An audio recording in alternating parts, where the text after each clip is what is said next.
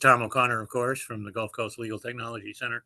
Um, I can't remember the last time we spoke to you folks. I think it was back in perhaps in early January. I went to the Legal Week show um, in New York towards the end of January and came home with a positive, two things: a bunch of tchotchkes in my bag and a positive COVID test in my bloodstream. and and then segued from that directly into allergy season. You can see I still got a bit of a hoarse throat here, a little bit of congestion. It's allergy season in New Orleans, and my prime allergy is trees. And we've got every tree known to mankind growing down here apparently, and so this is a tough area for me. So I've really just gotten back on my feet in the last week, um, and so we started to uh, fire up some interviews again. Rocky is off in parts unknown. His business, if any of you saw the little post that they had this morning, the business he does with his brother, Shimmy Alterney, has taken off, really taken off, like the retro rockets kicked in. And so Fantastic. he's been tied up. So I am delighted to have with me um, Bruce Markowitz. Bruce is an old colleague, currently the senior VP of operations at Evolver Legal Services down in the DC area, but long history in law firms and even some a stint as a professor at a college down in Baltimore, as I recall. Um, and I've only known you since you were with Evolver when I first met you, I believe. Bruce, is that right? I think you and I met before when I was working for some law firms. I You had think a couple of as firms well with. as the summation when you were with summation. I Oh, well, think that you and is the I way back machine. I think you and I crossed paths when you were with Summation and Tom Morrissey. Um, Oh, yeah. I Yeah. think both of you came to my office, or I went to one of the booths that you were in at one of the tech shows. Yeah, I think Okay. so. That's I think our paths crossed then, but I think our conversations really beefed up when I've been here now 10 years. I think Yeah. with that Right. and talking to Gail and other things, that's when you and I actually Yeah. started talking on a regular basis. Yep. Okay. Well, let's step back a little bit before that. Tell us a little bit about where you grew up and went to school and all that, good bio background and segueing into how did you get into this wacky business? How do I get in this way? Sure. And nice to spend some time with you, Tom, and I hope you're feeling better. Thanks. I born and raised in Maryland, Baltimore, not too far from Rocky and Shimmy. Um, Oh, okay. knew them, from afar, but yeah, knew of their names and knew who they were. Because I was born, like I said, born and raised there. Went to Stevenson University, or at that time called Village Lee College, and also community colleges in the area. I have a degree in correctional criminal justice and paralegal studies. and So and when were you in school there? I was in school there when I had hair, a million years ago in the early 80s. Early '80s. Okay, so I was gone. I was at Hopkins from '68 to '72. Yeah, So yeah. out So of Baltimore by the mid '70s. Okay. yeah. So I have a degree in paralegal studies. Um, Worked for law firms for 20 plus, actually more than that, 30 plus years, Wow. working for law firms. In Worked Baltimore. in Baltimore for 20 years in Baltimore, 10 years in DC. So Okay. in Baltimore, I was a paralegal and got out of the paralegal business. I forgot what year that was when I got into the more of the automated practice, as they called it, or e-discovery beforehand. The first time I ran into this was when Bob Eisenberg was pushing CDs at $600, 2 megs of a CD. You can get CDs back then when iPro was just still doing paperwork, and Copycat was before Rico, before all the different Iron Mountain and all the rest of them were out there Yeah. pushing Yeah. pushing paper scanning. So yes, so that's my history in the business. I was a paralegal. I worked for large law firms. I worked on large complex litigation matters, primarily financial. So I worked on the Maryland Deposit Insurance Fund when the old court savings and loan and the savings and loan business went awry in Maryland. I was worked for a law firm who represented the Maryland Deposit Insurance Fund. So that's where I did that. And then I worked for another law firm who then did a large construction litigation for military. So I worked for one of the military companies, and we produced over in 6.5 million pieces of paper and 1 million on platter. I managed to staff at 60 people in a 3-shift copy center and bait stamped it, created a 10-digit bait Oh, the stamp. good old days. Yeah, I Hey, still have my 10 really? digit I still have my 10-digit date stamp sitting in my Do house you? and in the office. Yeah, as a trophy. Yes. So we did a 10 Wow. digit, so it knew the person, the box, the division, the paper. So we could all put it in WordStar was the database of choice, which was the precursor to WordPerfect, which was the Oh, precursor yeah. to what we have today. So yes. So that's where my history is. And that's how I got into this crazy, wacky business. You see a need, fill a need kind of approach. Um, really got into it before the industry started really talking about it. So I use, concordance. I use summation in DOS. I used concordance. I was the first person to use Live Note in the United States. Um, so it was really the cursor and precursor to a lot of the different technologies that we got out there today that I was using, just try hook and crook to figure out how to manage things as I worked for the different law firms both in Baltimore and DC. Cool. And then the transition to Evolver. How did that occur? I was working for a firm in DC that was acquired, and I wanted to make a change, and I knew somebody that was at this small little vendor. Evolver is a division. Evolver Legal Services is a division of a bigger company called, at one point, Evolver, but it's called now Converge Security Solution.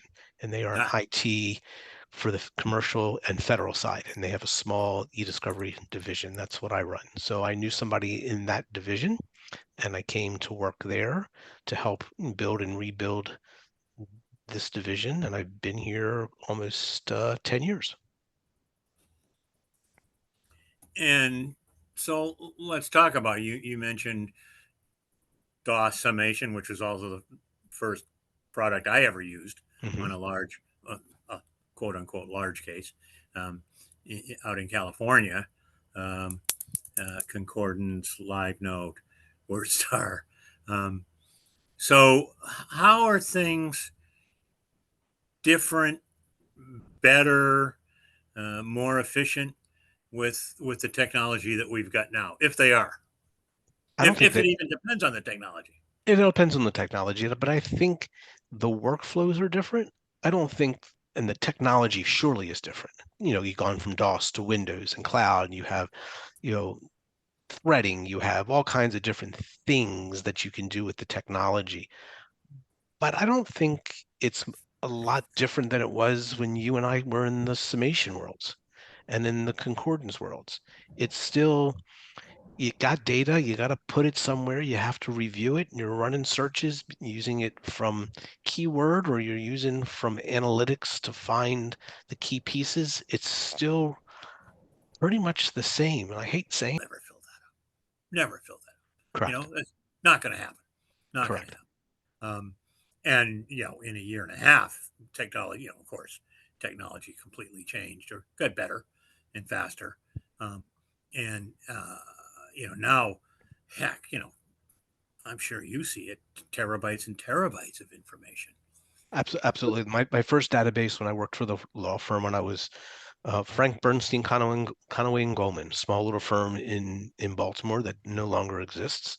When I was still in college, Yep. um, I worked when that was the Maryland Deposit Insurance Fund case, and I did everything in paper, all my indexes and logs, and somebody Right. came over to me and said, "Hey, why don't you I'll help you build a database in Wang because the whole system, the firm system was on Wang."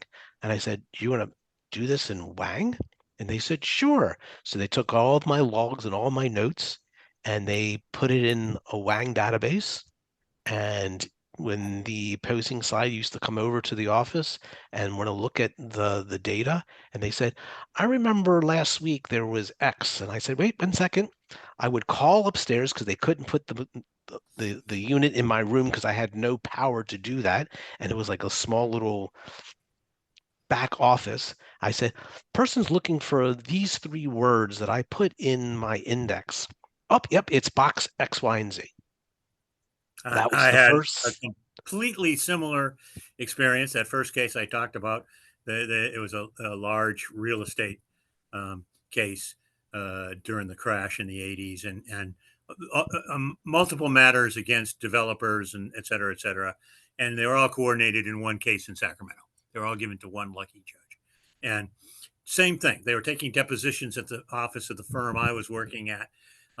I was down the hall in the room with the computer, which had it just an index of all the documents, Yep. and then the room was lined with shelves with binders with the Yes. actual documents, and the index contained the number of the binder.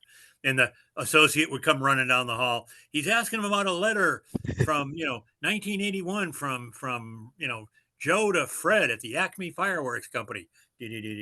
Oh, up there, binder, 26F, and pull it down. And we had a copy machine right in the room. He'd make a copy, run Right. back down to the exhibit. Right. I mean, yeah, same exact thing. I mean, you look at it now and you think, oh my God, I feel like the way the guys at NASA must have felt working on the Mercury space capsule, That's right? right. It's Like going. now, it's like, Yes. ooh, Right how now, quaint. yeah, now you go in, you can find every word and function that you want compared to what we did back then. But yeah, Yeah. that the evolution changed, but the concepts I don't think really changed.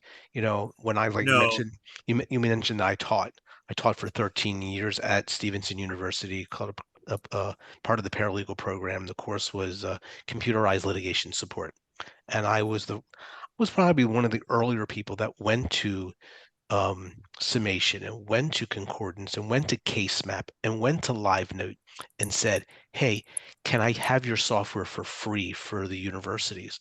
So when I used to teach, I always I coined this phrase that thought of it, and I guess people talk about it often, when the Z factor, understanding the end result before actually building your workflow, because you can start things from A to Z, you can go from the Z, you can go to the A, and once you understand what you want to get from your data in your database, you can build it. And that's what I used to teach the students. And it's like, hey, understand the ultimate end. And I think that's the same concept today. Is Yeah. you really, and I think that's part of the things that are missed in today's workflow is you have this big data from email to OneDrive data or Google data, and you have Teams, you have Slack, you have all the everything in between, and you have a Twitter and all the other ones, and all of a sudden you're trying to find something, and they say, "Okay, find me this." That's again, I go back to my clients and say, "What do you want to get from the end result? What are you trying to find?"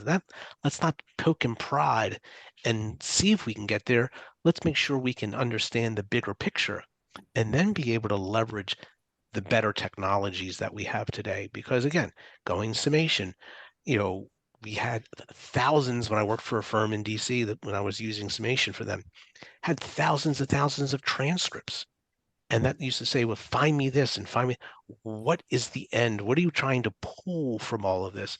And that's when Right. we used to run the big searches and transcripts and summation before LiveNote came around. And then you had Yeah. LiveNote, and then you had wheels, and then you can find things and build a better process. And that's when I Now, used as to go. people forget, that was a huge bonus to summation.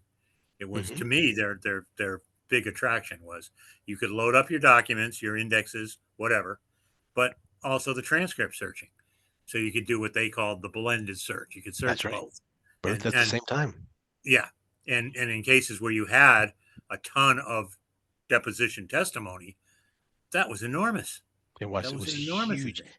And that was the disadvantage of the concordance world, because you only had one, you didn't have two. And then Right. all you of a sudden you were running, well, concordance had a better search for documents, but summation had a better transcript. And then you had the whole live note piece that came out. And I remember that relationship that they had with iConnect and Oh yeah, summation, I mean, of concordance and live note. They were trying to build that relationship piece of yeah, building that one piece. And that's where iConnect came into play.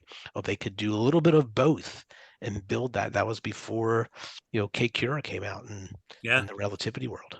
yeah. It's interesting to see that evolution. I want to come back to that in a second, but Sure. the other big difference, as I'm sure you know, is now we have all these data types that we Yes. didn't have. Back then, we had predominantly word processing documents, text documents, um, transcripts, and the occasional, just to drive us crazy, 200-page spreadsheet that we Correct. had to try to deal with. But now we have just a plethora of document Yep. types. We Yeah. got audio, we got video, we got 20 types of audio, we got recordings, we got voice recordings, we got business voice recordings, we got, um, uh, recordings off of cell phones, we got videos off of cell phones. It's just enormous. And of course, then we have web pages, we have social media sites with all sorts of different data. And Yes. it seems like the data types keep exploding on us to make our job more difficult.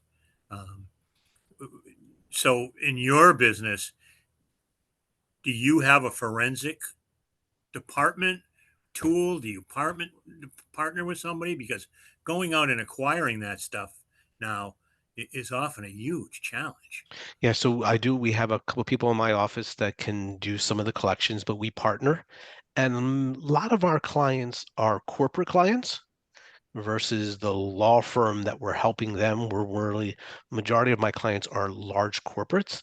So they have their own internal people and Yeah, we're getting the data from that. And then we validate what they're doing from that workflow. So it's a little bit of little different, but there are times that we will get that call from that corporate client that says, hey, hands off. It's that executive level. I don't want to touch it with our what we're doing. Therefore, can you collect these 12 phones and these 15 laptops and this and that? And we have a partner that can do all of that. I prefer partners to do it versus me doing it. And some people look at me as well, there's, why are you doing that? So because I'm processing it, I'm hosting it.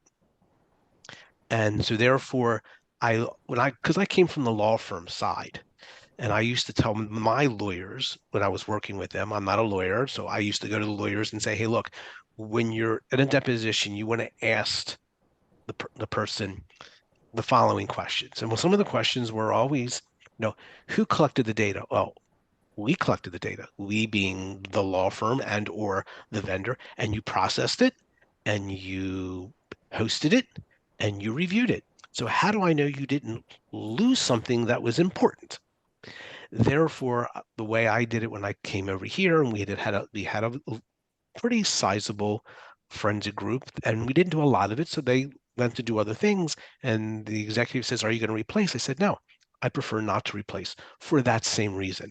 I rather have an independent person collect the data to give it to me.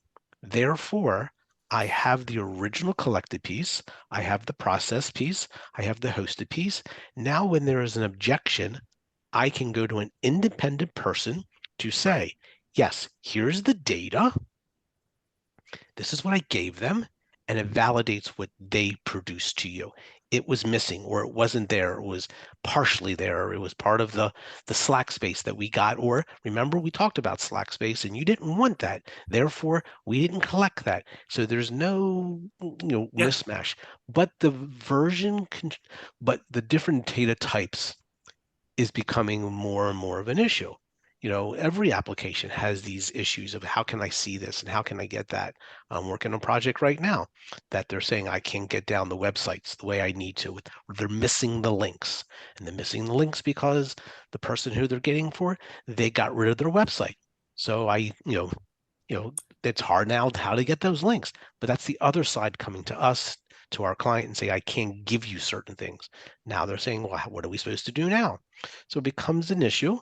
And I don't think it's ever going to change with all the different data types that are out there. I think it's just it's a continuous and more and more native review, native productions, native redactions.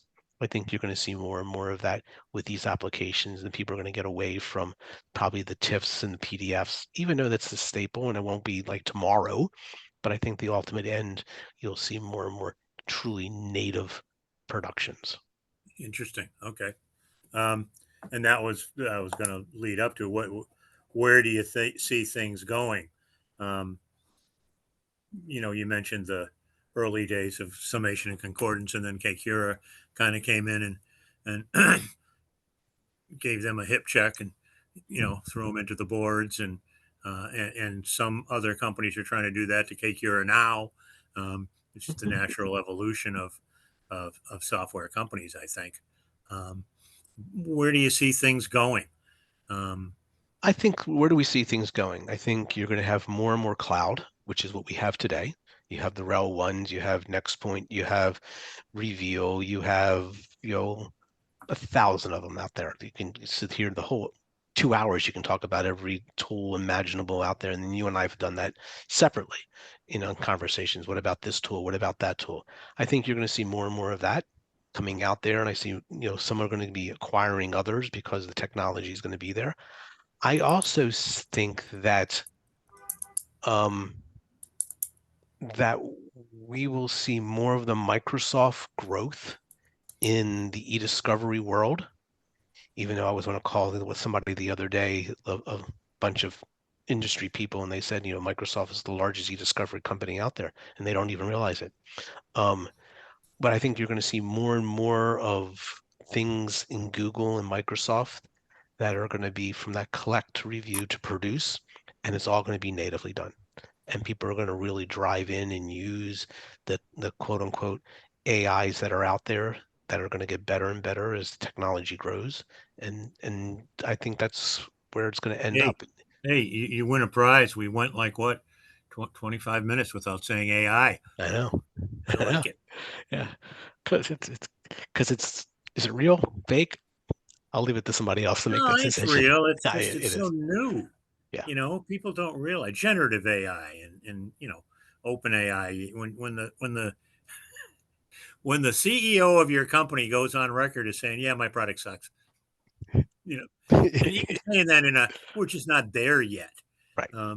Which and Bill Gates made a similar comment about a year ago about their development with OpenAI. He said, "Yeah, we're just not there. It's got tons of promise, and we're working like crazy on it, and we're all in on it, but we're just not there yet. It's going to Correct. be a while." And now you can see they're at that level, like you said. Microsoft is easing stuff in.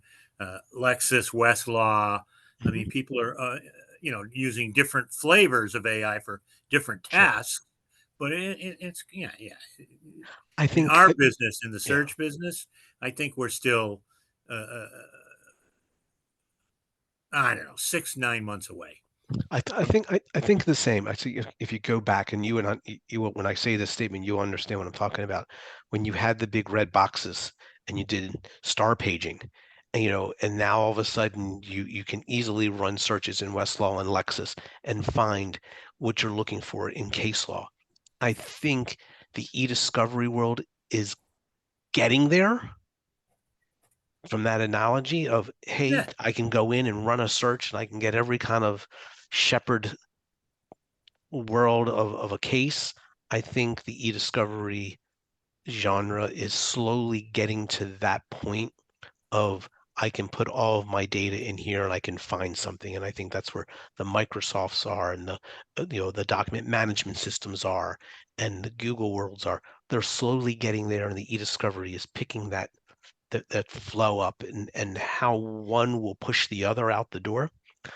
I don't know if you and I will be around to see that, but I don't see that those things will, it won't be this year, it won't be 5 years from now, but ultimately there's going to be a different universe of how documents review is going to be held, because you're going to be looking at things, I think, ultimately directly in a company's organization directly from a native standpoint. Right.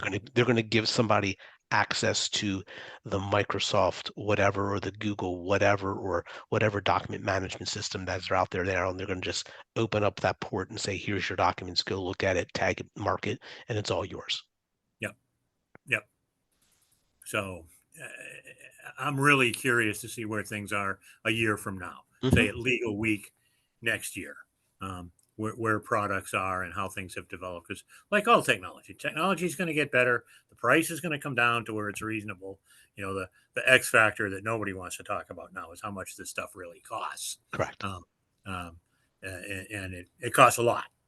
It you costs a know, lot to do it, and that was the when all of the technology started to go down, and that was the whole yeah, that was always the quiet little statement of what is it really costing me?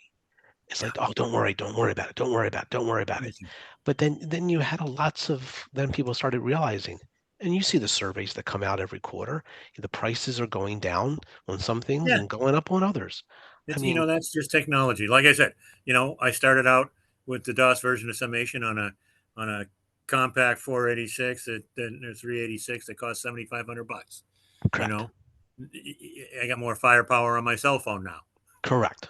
I've right? probably So yeah, power on my watch, on your Apple Apple Watch, Watch. right?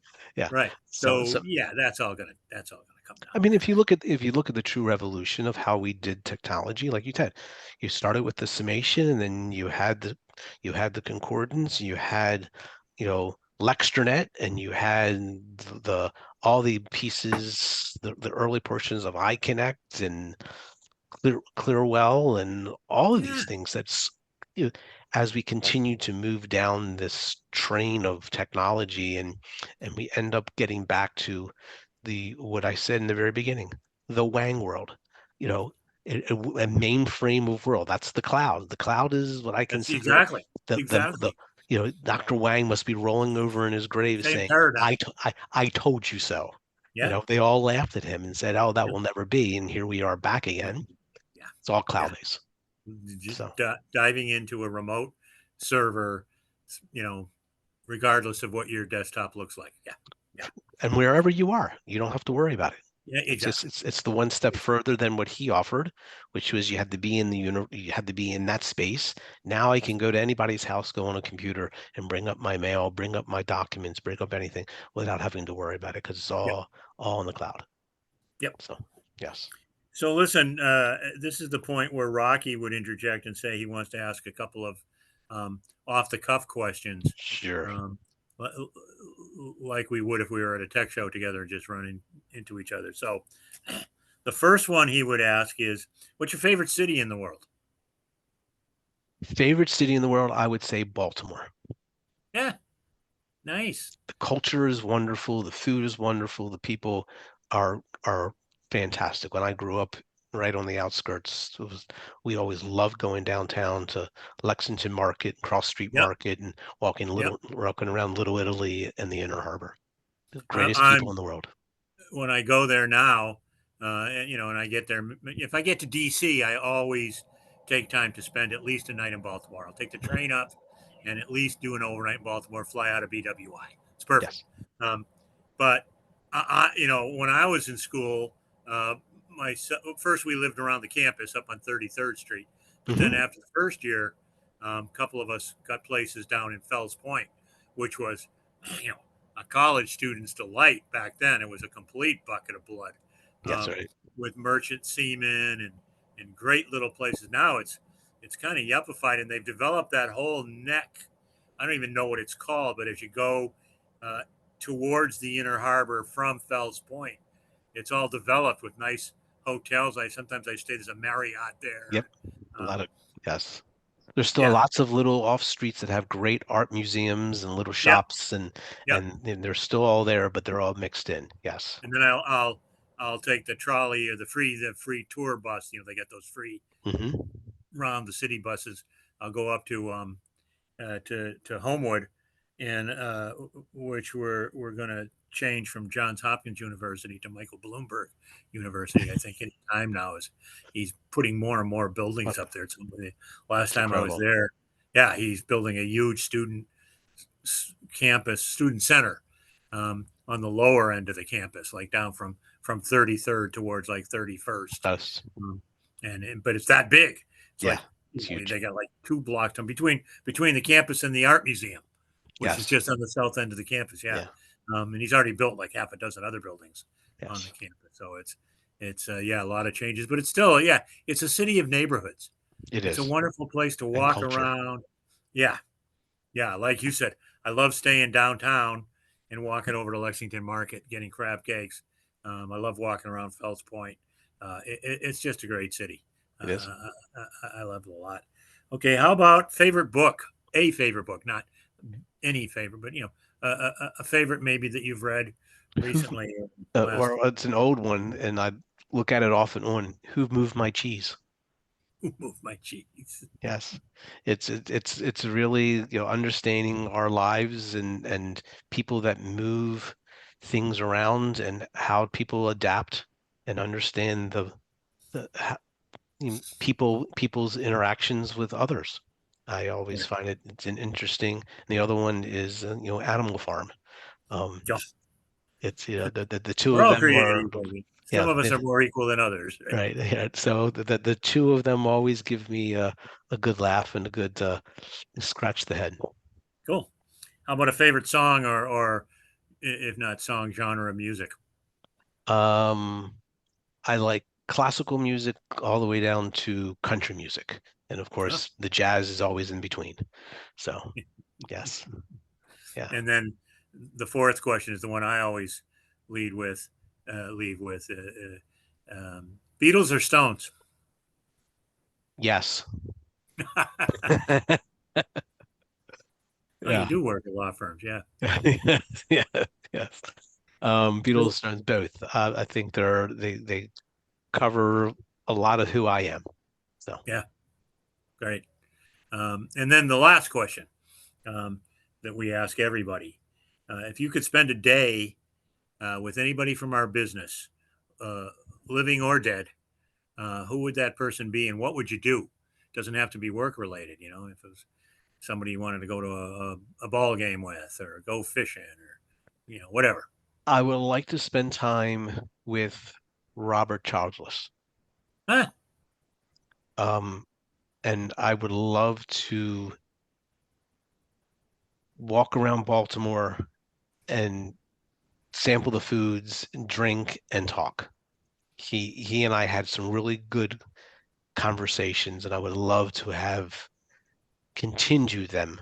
And yeah, unfortunately, I couldn't. So yeah, yeah, yeah. He was a good guy. he's he's an unsung hero. Yeah, That the people that don't know him, that's an unfortunate piece talk if you about don't know. early technology, right? What was the name Mhm. of his company? Ah, Uh, I'm blanking. yeah, forget exactly who the company Anyway, that he. it Yep, doesn't matter. he, yep. Okay. I've known him forever and a day Yeah. when he was alive. He was a really good person. Yep. Yes, Well, thanks for taking the time. my pleasure. Any shows coming up that you would attend? Ilsa is going to be in Nashville this year, so I'll probably go to that because it's a short plane ride for me. I'm probably Um, going to go to that one. I'm also going to go to in June up to Princeton, New Jersey. There's the ARMA info and one of the info pieces there. I'm going to be speaking actually there.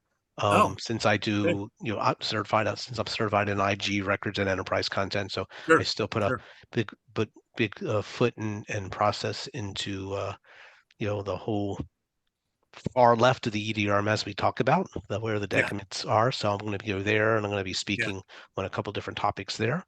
Oh, Um, good. but those are the two that probably going to attend. I was thinking about going to Clock, but I'm not. Some other things are popped up for work.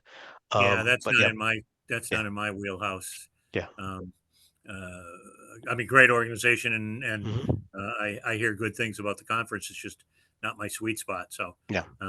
yeah, I'll plan. I'm planning on doing ILTA Hmm. and probably Relativity Fest just Yes. because And um, Fest.